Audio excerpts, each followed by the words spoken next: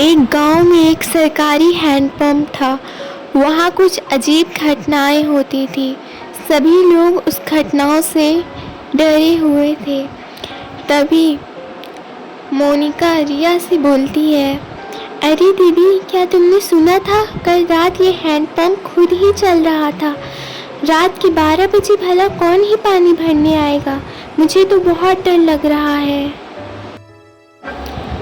हाँ रानी, मैंने भी सुना था। रिंकी के पापा कह रहे थे कि मैं जा देखने, लेकिन हमने उन्हें रोक लिया।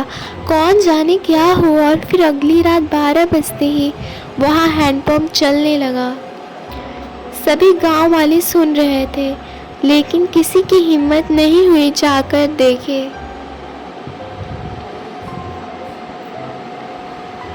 फिर सुबह होते ही मोनिका, अरे दीदी चलो हैंडपंप पर पानी भरने, मुझे अकेले जाते हुए डर लग रहा है। फिर वो दोनों हैंडपंप पर जाती हैं। वहाँ पहुंचकर उनकी आँख फटी की फटी रह जाती है। वहाँ किसी पैर का निशान होता है। तभी रिया मोनिका से, ये देखो मोनिका, मैं कह रही थी ना, कुछ गड़बड़ जरूर है। ये देखो भला किस इंसान का इतना बड़ा पैर होगा। तभी वहाँ शालिनी आ जाती है। अरे दीदी, आप दोनों इतनी परेशान क्यों हैं? ये देखो शालिनी, इतना बड़ा पैर, लगता है कोई शैतान इस हैंडपंप पर आया था। फिर रात होने पर हैंडपंप खुद से ही चलने लगता है। शालिनी अपनी माँ से कहती है, मम्मी मैं जा रही हूँ इस हैंडपंप के पास, मैं भी सबक सिखाती हूँ इस नमूने को। फिर जैसे ही वहाँ शालिनी पहुँचती है, वो दंग रह जाती है। वहाँ एक चुड़ैल हैंडपंप चला रही होती है। शालिनी के पसीने छूट जाते हैं।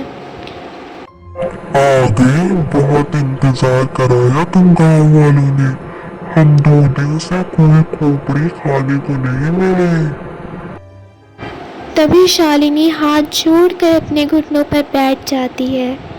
चुड़ैल जी, आई एम सॉरी। मुझे लगा कोई गांव वाला प्रैंक कर रहा है। मुझे माफ कर दो चुड़ैल जी। लेकिन उस चुड़ैल ने उसकी विनती नहीं सुनी और वो उसकी खोपड़ी खा जाती है। फिर अगली सुबह, अरे रिया दीदी, देख रही हो आज तो यहाँ खून भी पड़ा है। कोई अनहोनी हो गई लगता है। तभी पिंकी की माँ वहाँ आ जाती है। अरे कल रात से मेरी पिंकी घर नहीं आई। वो रात इस नल पर आई थी। अरे ये कैसा खून है? क्या ये मेरी पिंकी का तो नहीं? और थोड़ी देर बाद उन्हें झाड़ियों में पिंकी की सिकटी लाश मिलती है। ये बात पूरी गांव में फैल जाती है। सब फैसला करते हैं कि अब से इस हैंडपंप पर कोई नहीं आएगा। और फिर रात होते ही वो चुड़ैल पिंकी के घर के पास पहुंच जाती है। और फिर वो वहां जाकर चुड़ैल पिंकी की आवाज़ में उसकी माँ को आवाज़ देती है, मम्मी मम्मी, दरवाज़ा खोलो मम्मी। पिंकी की आवाज़ सुनकर उसकी माँ झट से दरवाज़ा खोलती है।